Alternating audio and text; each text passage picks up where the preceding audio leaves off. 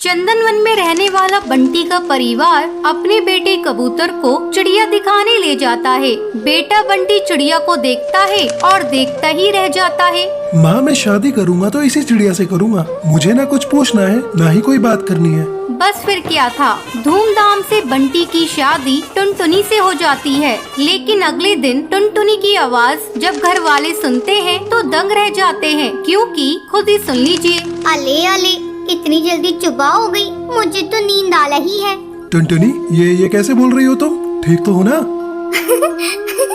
बिल्कुल बिल्कुल, मुझे ता हुआ है, मैं तो बिल्कुल ठीक हूँ। बंटी को समझते देर नहीं लगती है। जिस टुनटुनी की चूचू आवाज वो सुनना चाहता था वो तो तोतली निकली। अब क्या था, बंटी सर पकड़कर बैठ जाता है। तभी उसकी माँ वहाँ आ जाती है। अरे बंटी बेटा, बहू को क्या हुआ?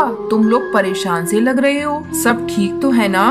बंटी कुछ बोलता उससे पहले ही टुनटुनी बोल पड़ती है। अरे चाचू माँ, कोई बात नहीं है, ये तो बिला वजह ही परेशान हो रहे हैं। अरे ये तो तोतली है, तोतली। मेरे तो भाग्य ही फूट गए। तुझे ही तो लड़की की सूरत देखनी थी, देख ली। अब जीवन भर करो मेला बाबू मेला सोना। अरे माँ, तुम भी मजाक कर रही हो। मैं अपने दोस्तों के सामने इसे कैसे लेकर जाऊँगा? बंटी को परेशान देखकर टुनटुनी हंसती है और कहती है, अले आपको परेशान होने की जरूरत नहीं है, मैं चुपला कर लूंगी आपके दोस्तों के सामने। मेरे पापा भी मेले को चुपलाने को बोलते थे। बंटी और उसकी माँ को टुनटुनी का आइडिया अच्छा लगता है। अगले दिन बंटी और टुनटुनी बंटी के दोस्त के घर जाते हैं, जहाँ बंटी टुनटुनी को समझाकर जाता है उसे चुप रहना है, चाहे जो हो जाए वो एक बूंद आवाज नहीं निकालेगी। बस क्या था, सब खाना खाते हैं। बंटी के दोस्त की बीवी टुनटुनी से उसका नाम पूछती है। तभी बंटी बोल पड़ता है, टुनटुनी नाम है भाभी इसका। अब दोस्त के घर कोई भी टुनटुनी से सवाल करता, जवाब बंटी देता। टुनटुनी को बोलने का मौका ही नहीं देता। उसे डर था कहीं टुनटुनी उसके तोतलेपन की पोल न खोल दे। अरे भैया, क्या बात है? जब से आप आए हैं मैंने तो आपकी बीवी की आवाज ही नहीं सुनी। कहीं गूंगी तो नहीं है ना? टुनटुनी को ये बात सुनकर बुरा लगता है, लेकिन उसे बंटी की बात भी याद रहती है। उसे कुछ भी नहीं बोलना है, तो लिहाजा वो चुप ही रहती है। अरे नहीं भाभी, टुनटुनी नाम है मेरी बीवी का, टुनटुनी। और टुनटुनी भी भला गूंगी हो सकती है क्या?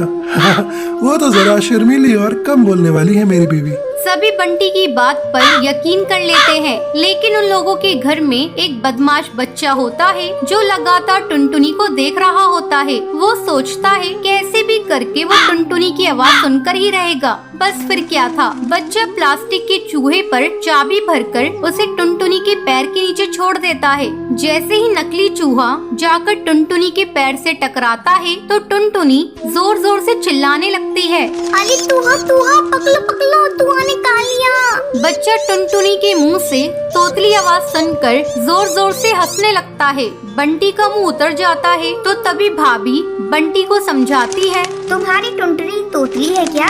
हाँ भाभी भैया, मैंने तो बस इसकी सुंदरता देखी, इससे कोई सवाल जवाब करना भी जरूरी नहीं समझा। लेकिन शादी के बाद मुझे पता चला कि ये तो तोतली है।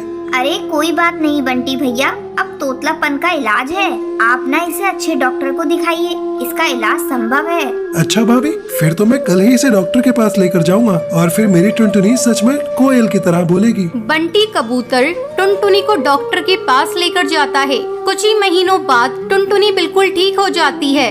बंटी जी, आपका बहुत बहुत शुक्रिया। आज आपकी वजह से मेरा तुतलानापन दूर हो गया और मैं अच्छे से बोल पा रही हूँ। अब वो तीनों एक साथ खुशी खुशी रहते हैं।